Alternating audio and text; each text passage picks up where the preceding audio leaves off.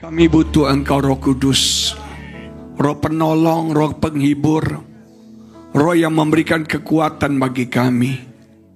Engkau penasihat kami, yang menuntun kami, yang membimbing, yang menolong setiap kami. Roh Kudus, mengalirlah di tempat ini. Bekerjalah dengan leluasa, dengan bebas di tempat ini. Lawat setiap kami. Tidak ada satupun yang kau lalui, tidak ada satupun yang kau lewati.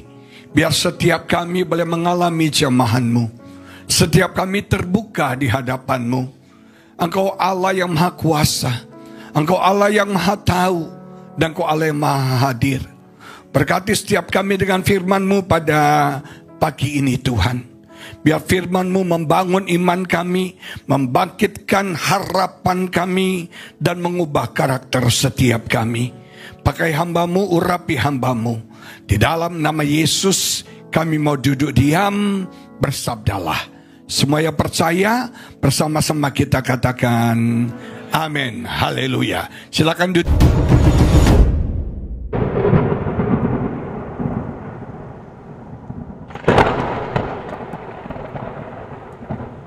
Duduk, jemaat yang diberkati Tuhan. Shalom. Shalom, selamat pagi semuanya. Bagaimana kabar Bapak Ibu semua? Siapa yang datang semangat pada hari Minggu ini? Salami kiri kananmu, katakan semangat di hari Minggu. Semangat di hari Minggu, amin. Semangat hari Minggu. Saya suka dengan orang yang bersemangat, karena Alkitab berkata orang yang bersemangat bisa menanggung penderitaannya. Seberat apapun masalahmu, sesulit apapun persoalan yang kau hadapi, kalau kau semangat kau akan kuat, kau bisa bertahan, dan kau pasti menang. Salami kiri kanan, bilang ciayo. Ciayo, haleluya, puji Tuhan. Senang bisa ada kembali bersama saudara Jemaat Impact Community Indonesia yang diberkati Tuhan. Terima kasih Pastor Jojo dan Pastor Henny untuk kesempatan yang diberikan kepada saya. Pada hari ini, di hari Pentakosta ini, saya mengajak kita membaca satu ayat dari Efesus pasal yang kelima, ayat yang ke-18 menulis demikian. Efesus 5 ayat 18, saya ajak kita baca sama-sama yuk. 1, 2, 3. Dan janganlah kamu mabuk oleh anggur, karena anggur menimbulkan hawa nafsu, tetapi hendaklah kamu penuh dengan roh. Jemaat yang diberkati, Efesus 5 latar belakangnya adalah umat Tuhan pada waktu itu ada di hari-hari yang jahat. Apa yang mereka alami mungkin sama seperti apa yang kita alami hari-hari ini. Kita sedang ada dalam hari-hari yang berbahaya. Kita sedang ada dalam hari-hari yang sulit. Kita ada dalam krisis. Kita ada dalam masa di mana yang jahat semakin jahat, yang buas semakin buas. Kita ada dalam satu kondisi secara imoralitas orang dalam kegelapan, secara spiritual orang dalam kegelapan. Nah, Paulus menyatakan untuk kita bisa menang, mengatasi keadaan yang sulit ini, untuk kita bisa menghadapi hari-hari yang tidak mudah ini, satu peperangan rohani yang sangat serius sekali, face to face dengan setan, kita bergumul langsung dengan setan, kita perlu penuh dengan Roh Kudus. Yang sepakat katakan amin. Nah, saudara sekalian, Roh Kudus memberikan kekuatan kepada kita untuk kita bertahan di dalam tekanan demi tekanan yang kita alami. Roh Kudus memberikan kita kuasa untuk kita bisa mengalahkan si jahat. Roh Kudus memberikan kita kekuatan, kemampuan untuk kita bisa hidup benar. Kita belajar Roh Kudus itu adalah pribadi ilahi. Dia bukan benda, dia bukan bahasa, dia bukan manifestasi, dia bukan getar-getar, tapi dia adalah pribadi Allah. Dia seorang person, dia adalah Allah. Karena Allah dia maha kuasa, karena Allah dia maha hadir, dan karena Allah dia maha tahu. Saya mengalami Roh Kudus dengan begitu hebat dalam hidup saya. Bulan Oktober kemarin saya pelayanan ke Singapura. Nah, kita menyempatkan waktu untuk saya periksa ginjal saya ke seorang spesialis ginjal di Singapura, langganan saya. Nah, waktu kami berangkat ke Singapura, saya suami istri sepakat, ini kita berangkat paket hemat. Kita nggak shopping, kita udah sepakat nggak makan di restoran, kita sepakat makan di food court, kita sepakat untuk ngopi-ngopi aja di Singapura. Akhirnya setelah selesai pelayanan hari Minggu, hari Senin saya ke dokter. Istri saya bilang gini, sayang, saya cuma bawa 300 Singapura dolar untuk konsultasi sama dokter. Jadi kalau dokter kasih obat, no.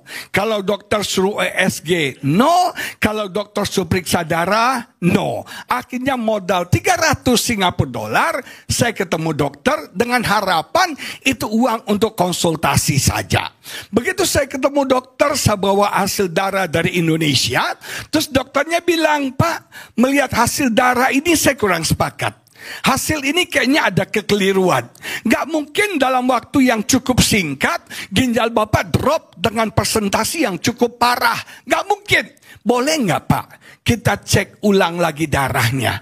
Kami kayak dihipnotis bilang yes. Terus dia bilang sekalian di USG ya? Yes. Terus dokternya bilang, dari hasil ini kayaknya prostat Bapak lagi kurang bagus. Boleh kita cek prostat seluruhnya ya? Yes. 3 kali yes. Begitu kita keluar dari dokter, harus bayar 1.700 Singapura dolar. Saya menggigil saudara.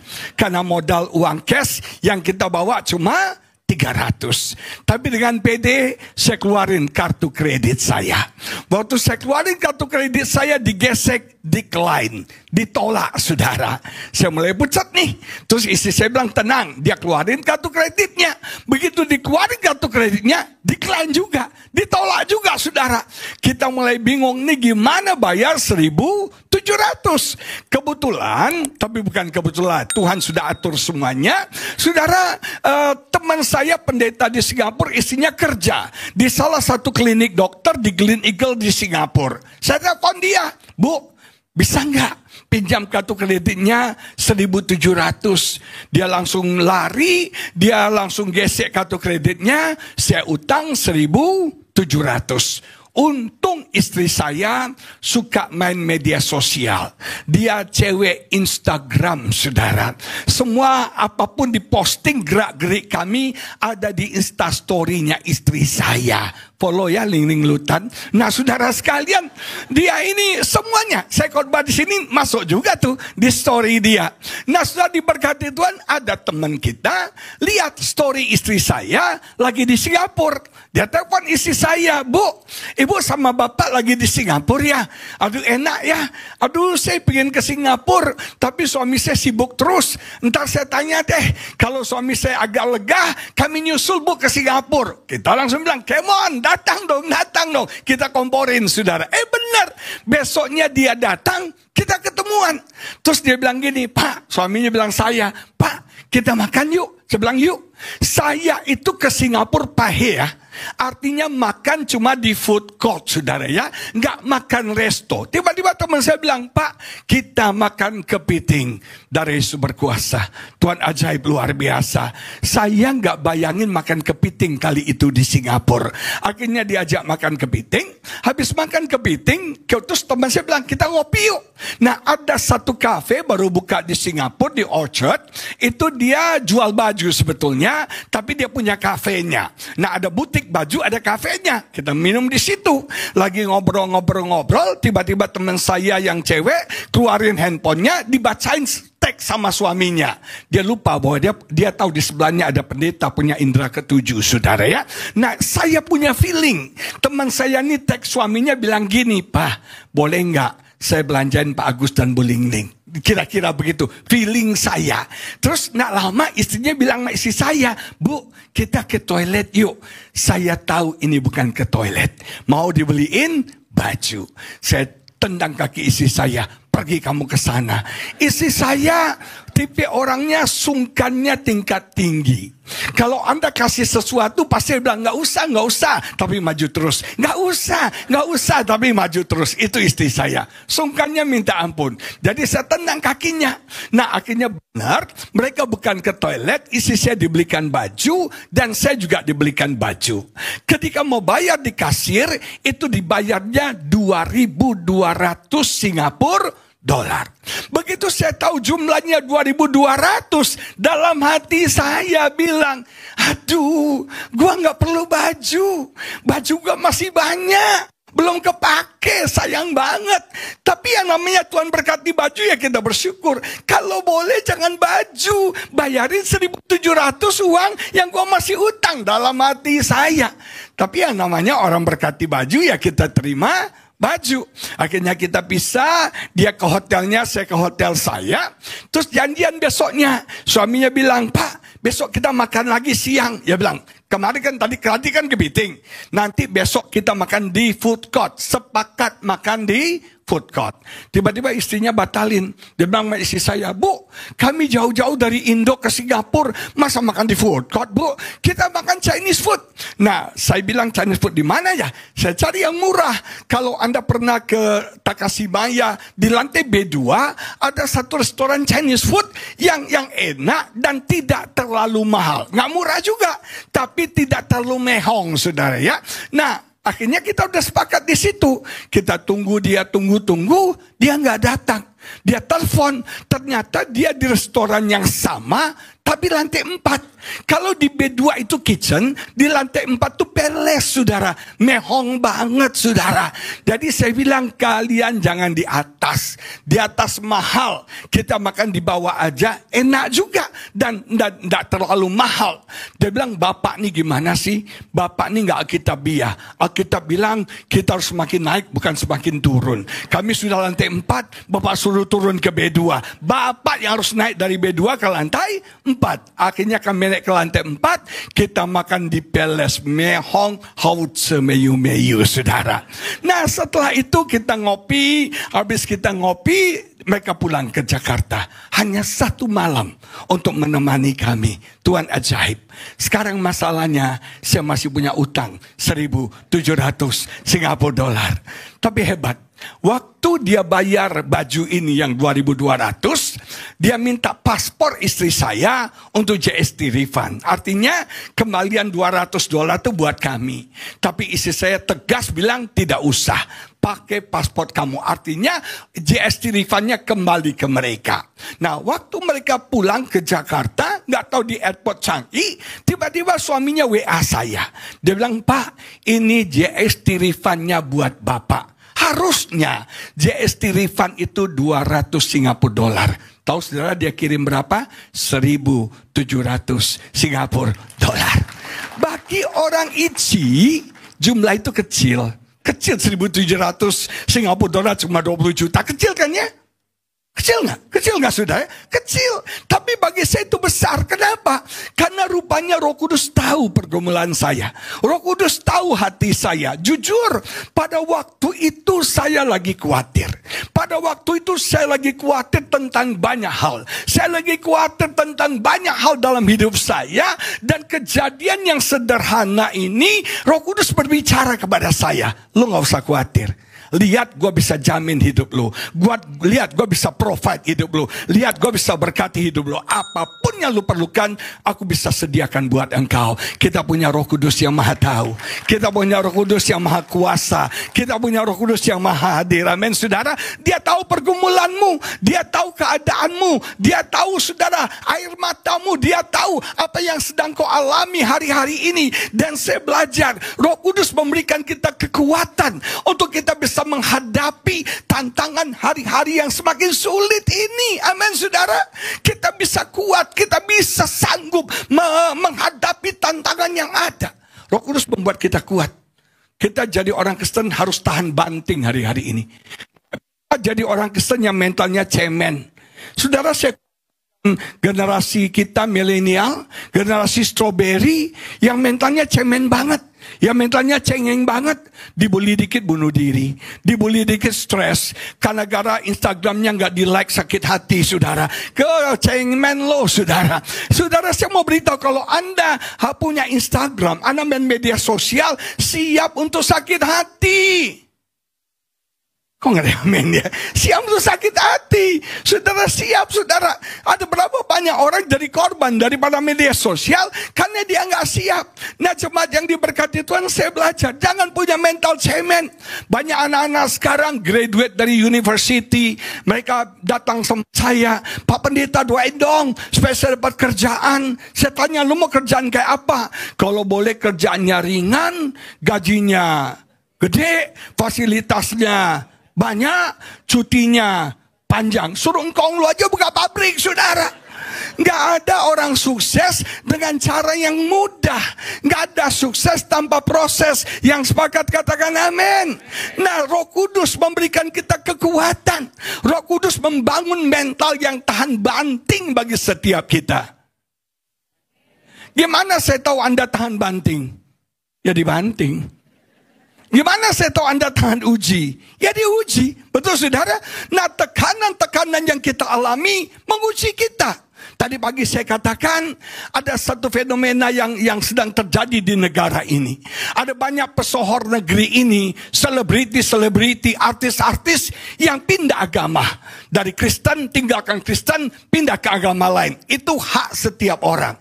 Orang bebas menentukan kepada siapa dia akan sembah. Itu haknya dia. Tapi saya belajar gini, Yesus sudah nubuatkan bahwa di hari-hari terakhir akan datang banyak orang akan murtad. Banyak orang akan meninggalkan Tuhan. Itu sudah dicatat oleh Alkitab. Dan saudara, saya berkata yang namanya banyak orang itu hanya beragama Kristen, tapi bukan pengikut Yesus. Dengar ya, banyak orang agamanya Kristen tapi bukan pengikut Yesus. Kalau bicara percaya Yesus, semua orang bisa bilang dia percaya Yesus. Betul? Bahkan setan pun percaya Yesus. Amin saudara. Nah, percaya iman kita harus diuji. Ujian untuk menentukan originalitas. Ujian untuk menentukan keaslian. Imannya KW atau asli. Imannya palsu atau asli. Nah saudara sekalian, ujian akan menentukan. Dan ada banyak orang yang akhirnya imannya kandas. Jemaat yang diberkati Tuhan, Roh Kudus memberikan kekuatan kepada kita untuk kita bisa bertahan di dalam masa-masa yang sulit. Kita lulus dalam ujian sehingga iman kita iman yang sungguh-sungguh sama Tuhan. Dan saya berdoa, iman jemaat ICI, iman yang kuat, tahan banting. Nama Tuhan dipermuliakan, amin. Yang sepakat katakan amin. Lihat orang kiri kananmu, katakan Roh Kudus memberikan kekuatan. Hidup sekarang tidak mudah. Hidup sekarang sulit. Saya punya teman para pengusaha, income drop, toko sepi, semua sepi. Semua sepi saudara. Tapi saya mau beritahu, bagi orang-orang yang dipenuhi Roh Kudus, dia akan kuat menghadapi seberat apapun tantangan. Mentalnya nggak cemen. Mentalnya mental baja. Nama Tuhan dipermuliakan. Amin. Bahkan Roh Kudus itu memberikan kita kuasa. Memberikan kita otoritas. Saya punya kenalan. Waktu dia pacaran sama istrinya. Sekarang istrinya dulu ceweknya. Saudara, ini istrinya ini, ceweknya ini keluarga dukun.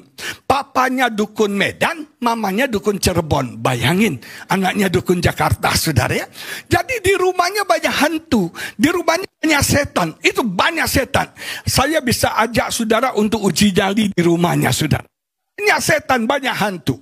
Nah, setiap kali si cowok ini pacaran, dia sering lihat hantu. Tapi namanya cinta, hantu pun dilibas, saudara ya. Nah, satu hari mereka lagi ngobrol. Lagi pacaran, ngobrol depan rumah si cewek. Tiba-tiba ceweknya ngacu, saudara. Ngacung tangan. Si cowok bilang, "Yang, lu jangan bercanda dong. Lu jangan nakutin gua." Dia tepis tangannya. Naik lagi, saudara. Gua takut nih, kata cowoknya. "Lu jangan gitu dong." Matanya melotot, merah. Cowoknya tepis lagi tangannya, ngacung lagi. Cowoknya sadar, ternyata ceweknya sedang kerasukan. Itu cewek, dia punya jin yang mengawal dia. Dia cerita, saudara sekalian, dia naik bus nih, pergi ke kampus naik bus. Semua orang dicopet di bus itu, kecuali dia. Begitu saktinya jin itu.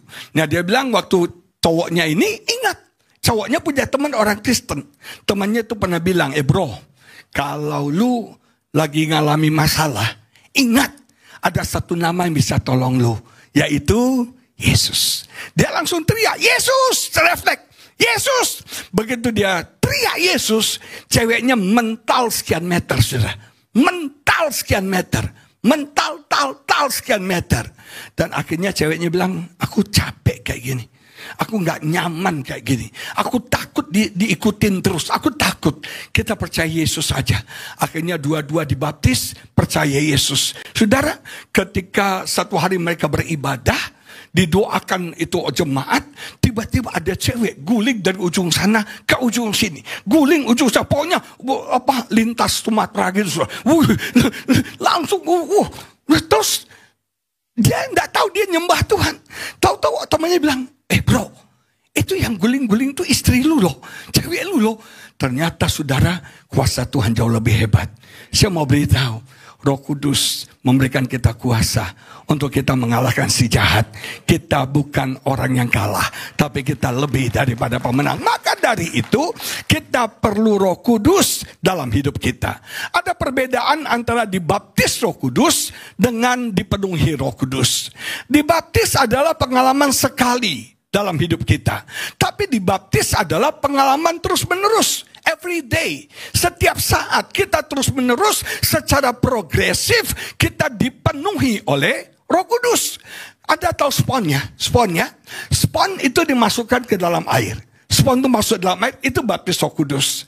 Tapi ketika spon itu dibiarin dalam air akan masuk dalam spon itu, air akan merasuk dalam spon itu, dan spon itu akan dipenuhi dengan air. Itulah konteks yang dimaksud dengan dipenuhi Roh Kudus. Kata dipenuhi artinya dikontrol. Kata dipenuhi artinya dikendalikan. Kata dipenuhi artinya dikuasai. Jemaat yang diberkati, izinkan Roh Kudus mengambil alih hidup kita. Izinkan Roh Kudus mengendalikan, izinkan Roh Kudus mengontrol, izinkan Roh Kudus menguasai hidup setiap kita. Roh Kudus itu pribadi yang lemah dan lembut. Dia tidak pernah memaksa. Dia nggak otoriter. Kalau Anda mengizinkan dia bekerja, dia akan bekerja dalam hidup setiap kita. Nah, saudara, Roh Kudus tinggal di dalam setiap kita. Dia berdiam di dalam setiap kita. Apa arti dipenuhi Roh Kudus? Analognya seperti orang yang mabuk. Saudara sekalian, kita dalam hidup ini perlu tanya, apa yang menguasai hidup kita? Kalau Anda mabuk, maka Anda dikuasai oleh apa kata Alkitab? Hawa nafsu. Kalau Anda dipenuhi Roh Kudus, maka akan dipenuhi oleh Roh Kudus. Paulus menyatakan ada 3 jenis orang. Ada 3 tipe orang. Yang pertama adalah manusia duniawi. Manusia nggak kenal Tuhan, di luar Tuhan. Yang kedua adalah manusia daging, carnal man. Saudara, orang Kristen percaya Tuhan, tapi hidup dalam keinginan-keinginan daging. Dan yang ketiga adalah spiritual man, orang yang rohani, yang dikuasai, dipendalikan oleh Roh Kudus. Saya mau tanya, siapa yang mengendalikan hidup kita? Siapa yang menguasai hidup kita? Saudara, saya nggak pernah mabok ya. Saya nggak pernah mabok karena saya nggak suka bir, saya nggak suka wine. Jadi saudara, mabok itu artinya apa sih? Mabok itu kita dikendalikan. Saudara, apa beda mabok sama kerasukan? Kalau mabok kita sadar. Kalau kerasukan kita nggak sadar. Jadi saudara, kita harus bedakan. Dipenuhi Roh Kudus bukannya kerasukan. Dipenuhi Roh Kudus bukannya nggak bisa dikendalikan. Dipenuhi Roh Kudus bukannya kita lupa diri kita. No, Anda sadar, tapi Roh Kudus menguasai hidup Anda. Roh Kudus mengendalikan Anda seperti orang mabuk. Orang kalau mabuk ngomongnya ngaco. Kata teman saya, banyak orang di Manado sana, ya Pak Marlon. Nah, itu kalau mabuk nyanyi kau yang terindah. Keren ya, rohani mabuknya. Nah, coba diberkati, orang kalau mabuk ngomongnya ngaco. Artinya apa? Ketika kita mabuk oleh Roh, hidup kita berubah. Kata-kata kita berubah. Perspektif hidup kita berubah. Kelakuan kita berubah. Nama Tuhan dipermuliakan. Amin. Orang kalau penuh Roh, tandanya apa? Hidupnya berubah. Yang tadinya pemarah menjadi sabar. Yang tadinya saudara orangnya kasar menjadi lembut. Saya mau saksi. Bagaimana Roh Kudus mengubah hidup saya luar biasa sekali. Saya orang yang kolerik. Orang kolerik itu punya kelebihan. Kelebihannya tegas, pintar, cepat ambil keputusan, itu saya. Tapi kelemahannya orang kolerik itu, mereka kurang sabar, tidak sabar. Mereka tidak lemah lembut, saudara. Orang kolerik itu kasar. Dia kalau ngomong gak pedulikan perasaan orang, hajar aja. Itu orang kolerik. Dan orang kolerik itu tidak murah hati. Gak generous, saudara. Gak gampang kasihan sama orang. Itu orang kolerik. Nah, saya ini tipe orang kolerik. Kerjanya tukang protes, kerjanya tukang mengeluh, kerjanya tukang marah. Itu saya. Saya, saudara. Nah, saudara diberkati. Bagaimana Kudus mengubah hidup saya. Dari tukang protes, tukang mengeluh, bisa menjadi orang yang suka bersyukur. Ketika saya divonis kanker usus, tahun lalu 2024, setan menyerang pikiran saya. Setan bilang, habis kamu sekarang. Selesai kamu. Ini upah kamu ikut Tuhan. Bukan dapat BMW, bukan dapat apartemen di Setiabudi, tapi dapat kanker usus. Saya ketakutan, takut banget. Terus sampai saya katakan, saya lawan iblis.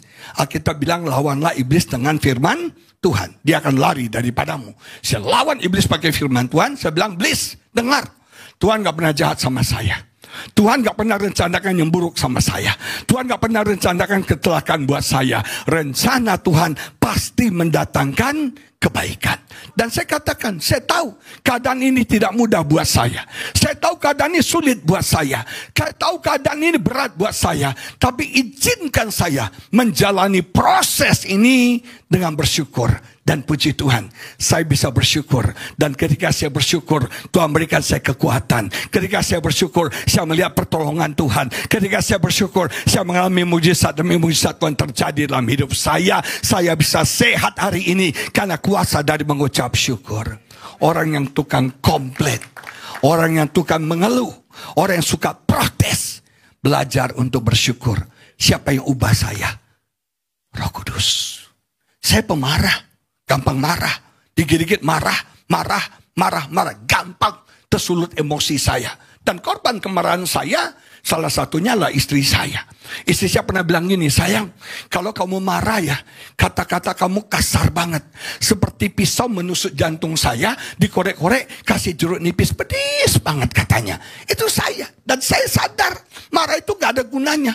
Karena saya marah, saya kehilangan banyak berkat dalam hidup saya.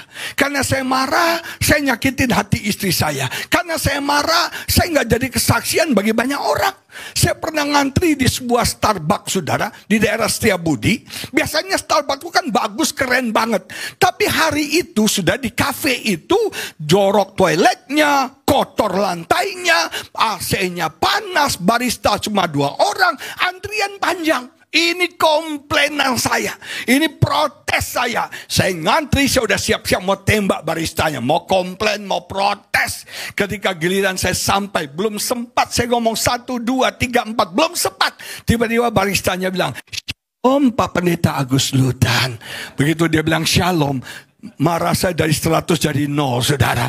Terus saya bilang shalom juga. Saya bilang, kamu gak kenal saya? Iya, saya sering dengar khotbah Bapak. Saya diberkati banget, saya ngefan banget sama Bapak. Dia selfie.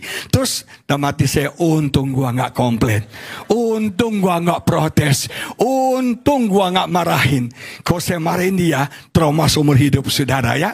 Dan saya belajar bagaimana Roh Kudus mengubah hidup saya dari seorang yang pemarah menjadi orang yang sabar. Dan tahukah saudara, orang yang memproses saya untuk sabar adalah Roh Kudus melalui istri saya. Istri saya sering dipakai Tuhan untuk menguji kesabaran saya. Makanya suami-suami yang menguji kesabaranmu siapa? Istrimu.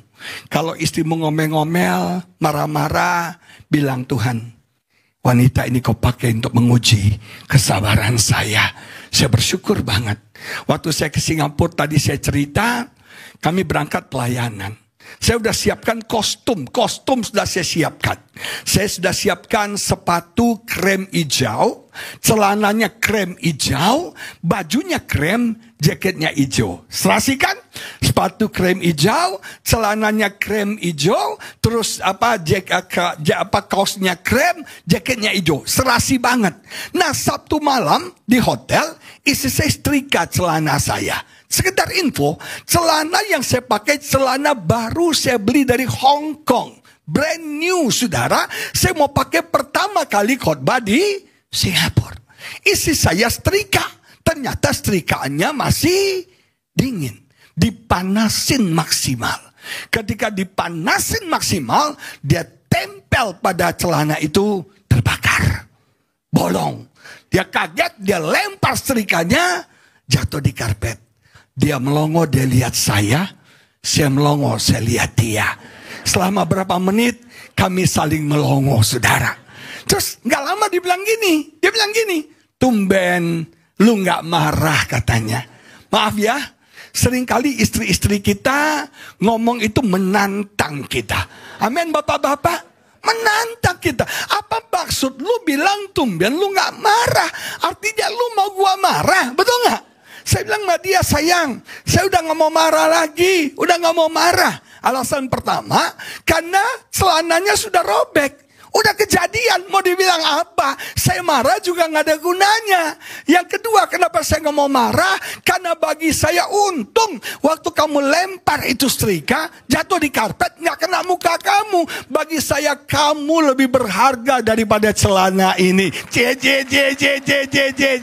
Maaf ya suami-suami. Kadang-kadang gara-gara kopi kepahitan kita marah istri kita. Gara-gara makanannya kurang enak kita ngomelin istri kita. Kita melukai hatinya hanya gara-gara makanan dan kopi, saudara.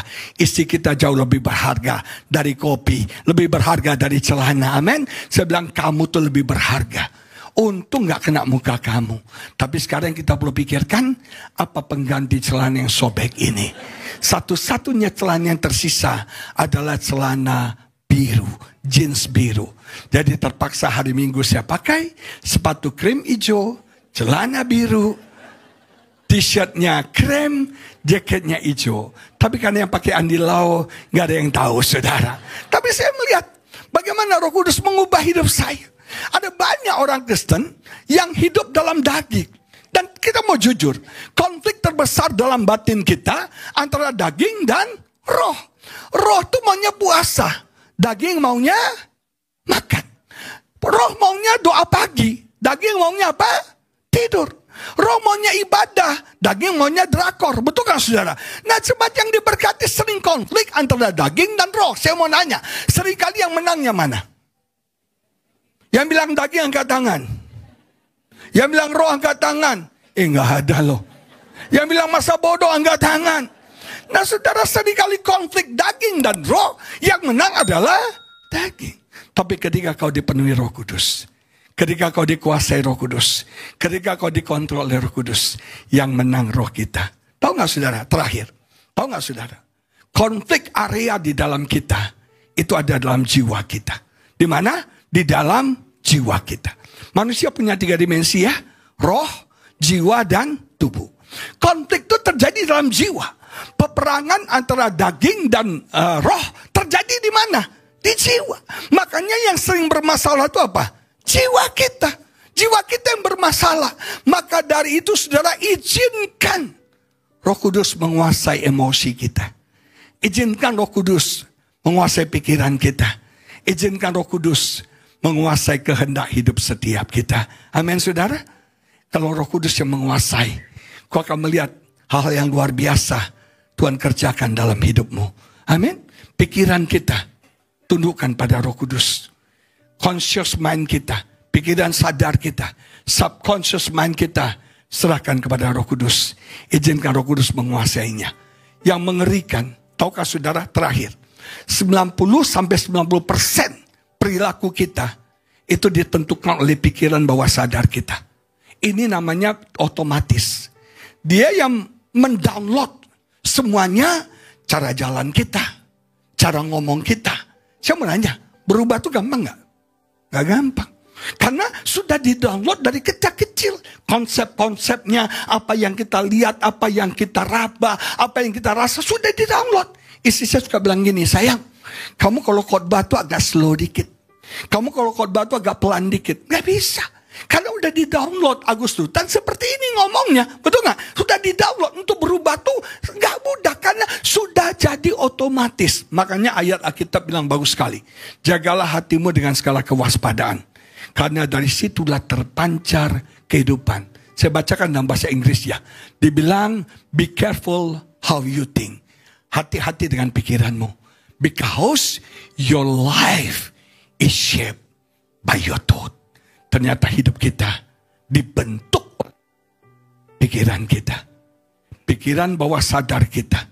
Subconscious mind kita. Itu yang mengatur hidup setiap kita. Perilaku setiap kita. Kalau pikiranmu sehat, hidupmu akan sehat. Kalau pikiranmu baik, hidup akan baik. Kalau pikiranmu menang, hidupmu akan menang. Kalau pikiranmu sukses, kau akan sukses. Pikiran kita ditundukkan sama Roh Kudus. Karena medan pertempuran kita melawan iblis di sini. Dalam pikiran. Khawatir di mana? Stres di mana? Depresi di mana? Putus asa di mana? Semuanya dalam pikiran. Tundukkan sama Roh Kudus. Izinkan Roh Kudus yang menguasai pikiran kita. Izinkan Roh Kudus yang menguasai emosi kita. Dan izinkan Roh Kudus menguasai kehendak hidup setiap kita.